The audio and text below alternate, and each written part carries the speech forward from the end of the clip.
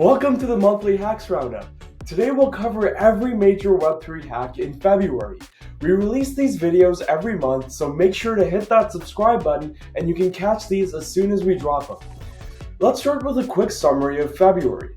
So in February, $416 million were lost from the Web3 ecosystem due to hacks. Of that, $9 million was accounted for by smart contract hacks.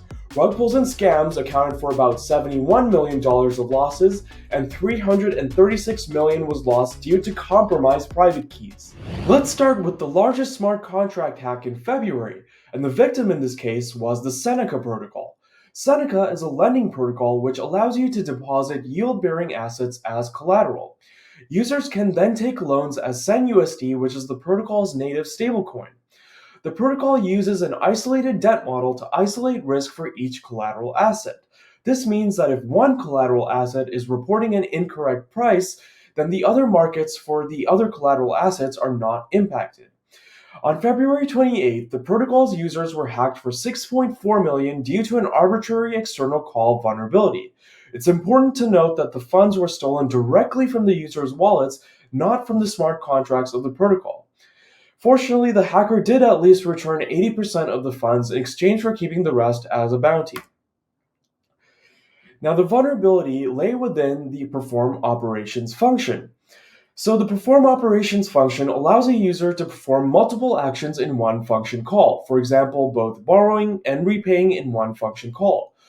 Another action that can be taken by users with this function is to make the chamber contract call some other smart contract, and they can do this by specifying the action as constants.operationCall. Also, the attacker specified some data in this other parameter called datas, and this included the address of the smart contract to call, which was some token contract, as well as the function to call on this smart contract, which was the transfer from function. So this data gets passed into another internal function over here, and let's have a look at that one. So here's that data that gets passed in, and this data is then decoded into the callee as well as the call data. The callee is the smart contract we're going to call, and the call data includes the function that we're going to call on that smart contract. So once again, the callee is some token, and then the function that we're going to call on this token contract is the transfer from function along with a few parameters. So the first parameter over here is the user address, or the victim address. The second parameter is the attacker's address, and finally we have the amount that's being transferred from the victim to the attacker.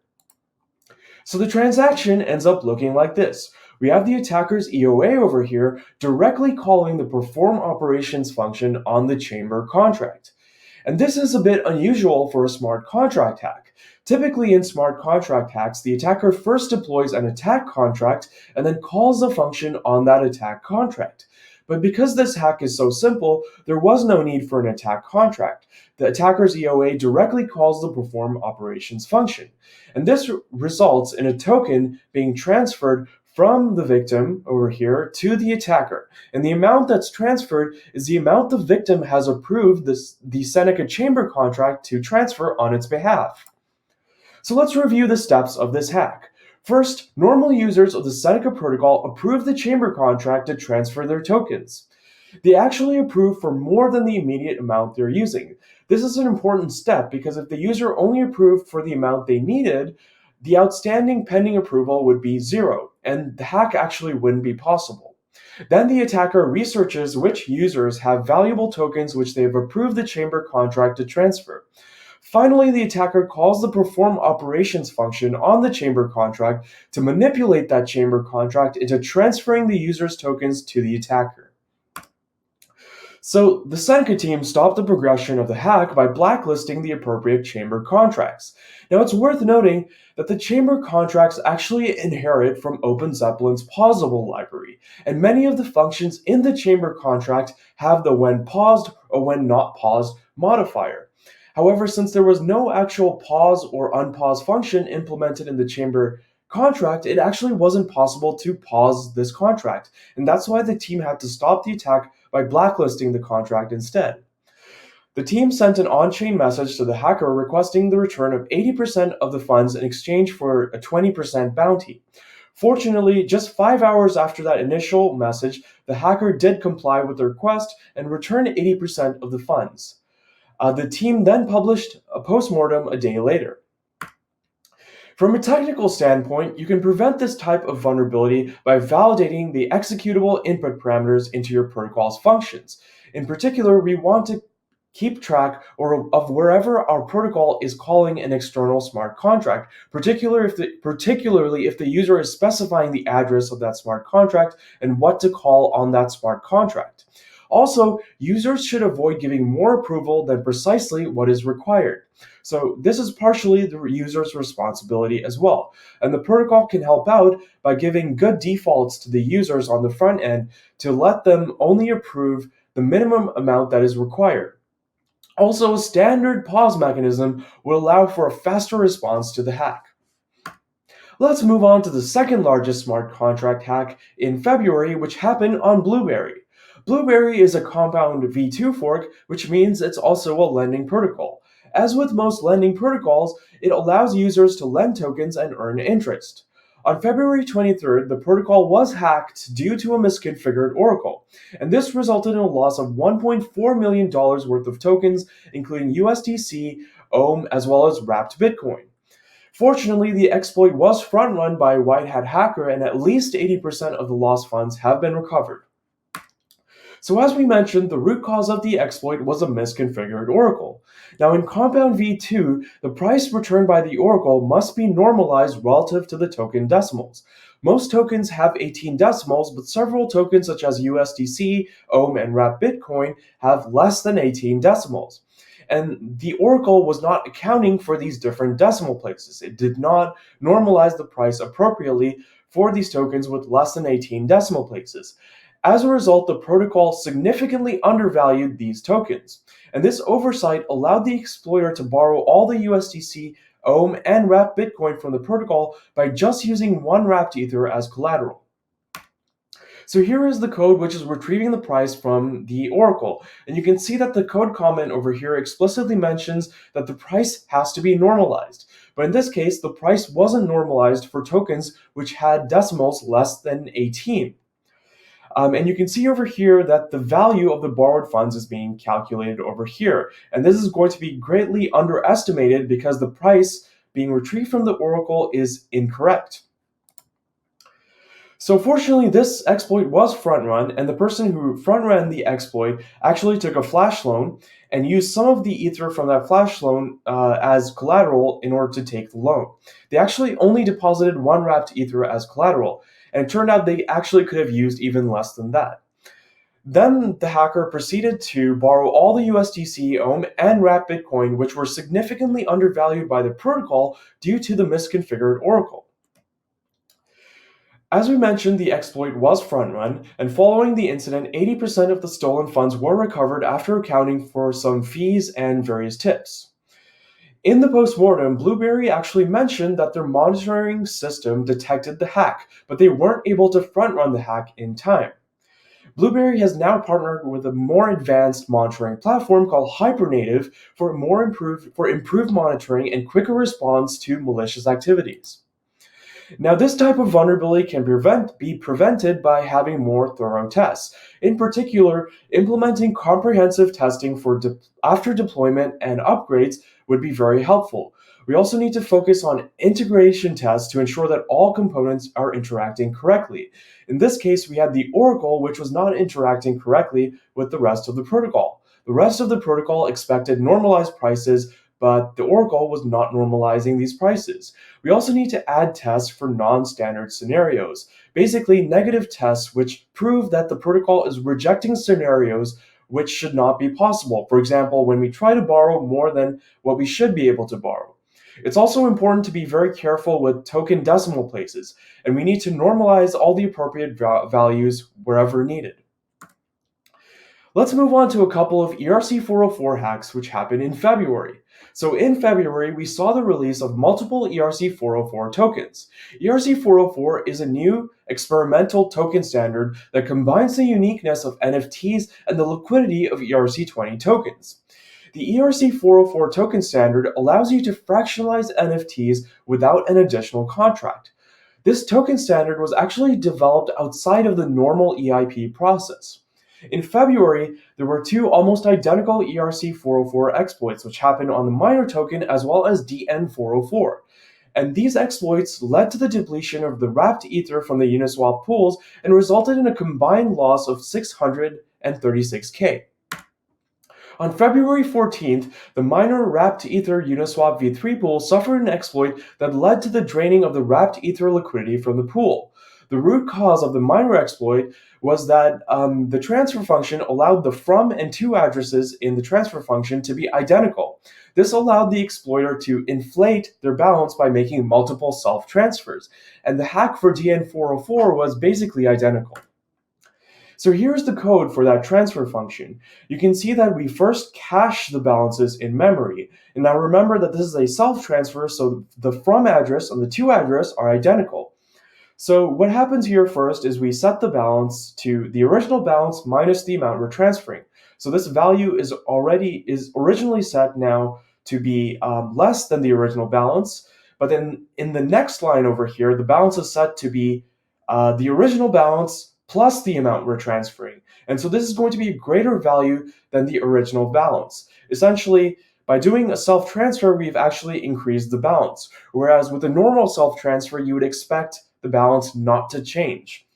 And so the hack was relatively simple. The attacker just did a whole bunch of self-transfers in order to build up their miner token balance, and then they could trade these miner tokens for wrapped ether in the Uniswap v3 pool to drain the liquidity. Now, you can prevent these types of hacks by having very extensive testing for your smart contracts. And one particular type of testing that can help is to use property tests. And there are property tests available for many different token standards. These property tests are going to test many different standard cases for these token standards, and they'll also ensure that your implementation matches the official standard. Now, there isn't one available for ERC-404 at the moment, but you could probably combine the ERC-20 and ERC-721 property tests to make one for ERC-404. Let's move on to some of the smaller hacks which happened in February. So first up, we have the particle exchange, and some of the deprecated exchange contracts for particle were exploited to steal the ETH in the contract as well as some of the NFTs. The onERC721 receive function was used for various purposes in this contract, including supplying NFTs and accepting bids. And the onERC721 receive function has a parameter called from, which is an address, and this indicates where the NFT is coming from. So what was missing here was a zero address validation check for the from parameter. And this was particularly important because there was a state variable that was set to the value of the from parameter. And because this was set to the zero address, this allowed the attacker to accept the same bid twice and greatly inflate their internal balance within the contract. This allowed the attacker to withdraw all the ETH from the contract and use their inflated internal balance to trade for NFTs. Next, we have XPET on Arbitrum, which lost 254K. XPET is a social or GameFi protocol in which users breed pets and battle them. A flaw in the new PvP feature actually allowed the attacker to withdraw the other user's BPET tokens. The attacker then sold these BPET tokens for Ether and bridged to Ethereum. Next, we have Affine DeFi, which is a liquidity protocol on Ethereum. This time, the vulnerability was a lack of access control. Affine DeFi allowed anyone to control fund actions by initiating the flash loan through a balancer vault. Now, the protocol did validate that message sender is from a balancer, but it didn't validate the initiator of the flash loan. Next, we have Chainpaint on Ethereum, which suffered a reentrancy attack. So the makeBid function did not follow the checks interactions pattern, which left it vulnerable to reentrancy, and it was in fact reentered multiple times in order to execute this hack. Then we have Burns DeFi on the BNB chain, which was hacked for 67K. Burns DeFi lets you burn your tokens for some BNB, and the amount of BNB you get is based on the reserve ratio of the DEX pool. Now, it's very easy to manipulate the reserve ratio of the DEX pool by making a large swap, and this is exactly what the attacker did. So then, when the attacker burned their tokens, they received an excessive amount of BNB. Next, we have dual pool on the BNB chain, which is a compound V2 fork. They added a new market, which was empty, and so this left the protocol vulnerable to the typical empty market exploit, which has affected many compound V2 forks. Next, we have an unknown lending protocol on Ethereum, which was hacked for about 41K. This unknown lending protocol estimated the value, or the price rather, of collateral by using the reserve ratio of the Uniswap pool. And as we know, the reserve ratio can be very easily manipulated by making a large swap. And this is exactly what the attacker did to overvalue the collateral. And this allowed them to take a much larger loan than they should have been able to. Next, we have the gain token. In this case, there was a flawed balance calculation for specific addresses, in particular for the Uniswap v2 pool address. So the exploiter triggered the balance bug by transferring gain tokens directly to the Uniswap v2 pool, and then they were able to skim the incorrect balance from the pool to exploit this bug. Next, we have rugged art on Ethereum, which is another ERC-404 project, but the vulnerability this time was a bit different. It was actually a reentrancy vulnerability. So the attacker entered the contract through the targeted purchase function, but before this targeted purchase function completed execution, the attacker was able to re-enter the contract through a different function called stake. Let's move on to the rug pulls and scams which happened in February. First up, we have Bitforex. So Bitforex is a centralized exchange which transferred about 57 million from its hot wallets without an explanation. At the same time, withdrawals were halted for users. Now, the exchange websites and social media profiles are no longer accessible, which further indicates that this was a scam. Hong Kong's market regulator has officially warned of possible fraud by Bitforex, and they flagged that Bitforex was actually operating without the proper registration. In January, the CEO of Bitforex actually stepped down. There were a lot of phishing scams in February involving ERC20 and ERC721 tokens. In fact, there were over 22 separate incidents. These scams typically trick users into signing transactions involving the approve, permit, and increase allowance functions. The largest individual incident resulted in a user losing $5.1 million worth of ERC20 tokens. Next, we have Risk on Blast, which pulled the rug for $1.3 million. Risk on Blast claimed to be a gambling and exchange platform, and they raised over $1.3 million from investors in a seed round. The team sent funds to various exchanges including MEXC, ChangeNow, and Bybit. The team also deleted their social media accounts after the theft, which further indicates that this was a rug pull. This is actually the first rug pull in the Blast ecosystem. Next, we have MicroStrategy, whose Twitter account was actually hacked, and the hacker took control of this account in order to post links to entice users to interact with links that claim to allow them to claim a fake airdrop token. And interacting with these malicious links led to the users losing over 440K. Next, we have another phishing scam in which users, or the hackers rather, deployed a safe vault to phish and scam users by making them sign permit messages. And they use Safe Vault because Etherscan automatically adds a verification flag to safe contracts. Next, we have an address poisoning attack on Ethereum. Address poisoning involves an attacker sending a small amount of crypto to a victim's wallet. The scammer's address may be designed to resemble the victim's address. So this makes it easy for the victim to accidentally copy the attacker's address from the transaction history. And for example, when they are withdrawing some funds from their centralized exchange, they might paste the attacker's address instead of their own account's address. And this will result in the funds being sent to the attacker's address. Let's move on to private key compromises. So the largest incident by far was the PlayDAP incident, and depending on how you value the losses, they could be worth up to $290 million. The private keys of the PLA token smart contracts owner were compromised. Then the attacker used this owner to add an unauthorized account as a minter of the token. The attacker then used this unauthorized account to mint 200 million tokens and sold them using various exchanges. Although the team tried to negotiate with the hacker instead proceeded to mint even more tokens, greatly inflating the circulating supply of the PLA token. The PlayDAP team is now introducing a new PDA token to replace the old PLA token. The new token will include additional security measures, including pausability.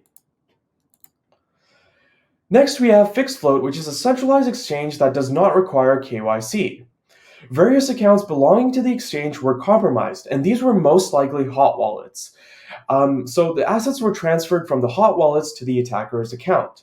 And while it's not unusual for centralized exchanges to have their hot wallets compromised, what's a bit unusual is that the team has provided very little information on the security incident. Next, we have the Axie Infinity co-founder, whose personal wallets were drained of about $10 million worth of tokens. The funds were withdrawn from the Ronin bridge by the compromised wallet and transferred through Tornado Cash. Next, we have DualBits, which is a crypto casino whose hot wallet was compromised on Ethereum as well as the BNB chain.